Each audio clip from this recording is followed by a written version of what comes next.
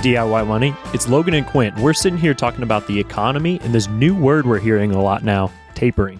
So what really is tapering? Logan, this is interesting because we're in an environment right now. The market is what I like to call sort of throwing a tapering tantrum. And if you think about it this way, it's like if you're giving your child, you don't have kids yet, but I have 3 boys. And if I consistently give them sugar, right? I hop them up on sugar day after day after day. Maybe every night we get a dessert after dinner, and they're expecting that. They're excited about that. And then all of a sudden one day I'm like, nope, we're all doing keto. Like my kid's like, wait, what? What's keto? But anyways, you get the gist. And all of a sudden, what do? They throw a fit. And when you have kids, you'll notice that the small little adjustment in their daily routine can cause a fit. Well, that's exactly what's happening in the market right now.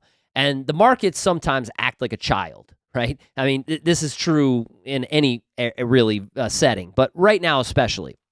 The Federal Reserve, since 2008, to get us out of the financial crisis, they started doing this activity that was really never done before.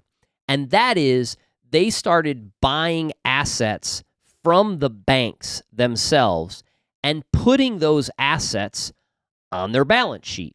Now, again, they've done this in the past during certain economic challenges that we've had and so forth. That's the Fed's role. They're actually a lender of last resort sort of thing. But ultimately, they did it at a magnitude and size that we've never seen before in our history. Okay. Now, 2008, 2009, I would argue that actually saved the financial system. There was a period there where it looked like we weren't going to have money. I mean, literally, like you'd go to the ATM and not have money.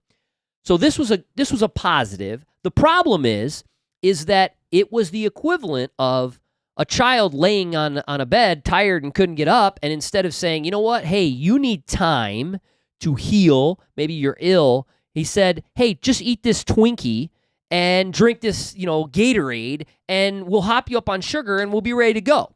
Or an athlete who gets injured, instead of taking PT and spending the necessary time, gave him a shot of cortisone and said, get back out on the field and play. Sure, for a certain period of time that might work, but eventually it's going to be problematic. Fast forward.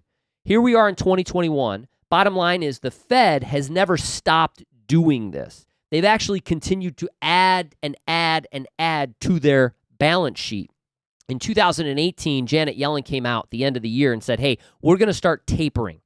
The market threw a tantrum, immediately sold off. In fact, it was one of the worst quarters that we'd seen in a very long time. COVID laughed at that, right? COVID was a terrible quarter, at least interim. But anyways, the market threw a tantrum then on these words of tapering. And what they're saying is that the Fed is going to slow down the purchases and let these purchases that they've made in the past sort of roll off. They're not going to renew them per se. Okay. They're not going to renew them. So they're going to reduce the balance sheet.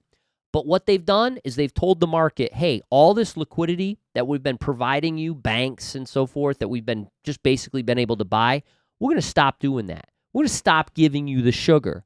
And so all of a sudden the stock market says, oh my gosh, no sugar? What? What's happening? And everybody hits the sell button. But that's what's happening. That's what tapering is. So to dive just a little bit deeper into that, you're saying that the Fed is buying from the banks. How is that affecting all the stocks? Because it seems like all the stocks in the market are kind of having an effect on this. This is a great question. By doing the purchasing, okay, the Fed is not only now controlling the short-term rates. So the job of the Fed is to really control what's called the federal funds rate, the very, very short-term rates. However, by purchasing assets from banks, they are actually creating a demand for longer-term assets, which are keeping interest rates artificially low on the longer end. Okay. So the fear, all right, and the reason I stress this is because it's not necessarily going to happen, but the fear is that if they start to taper, we will see an increase in longer-term interest rates, okay? You're a manufacturing company. You constantly borrow. You're borrowing to build. You're borrowing to expand. You're thinking about another project. Heck, you're trying to expand because the economy's so good, and now all of a sudden, you're thinking, well, guess what? Your rate isn't going to be 4% that you're going to borrow. you're going to borrow at 6%.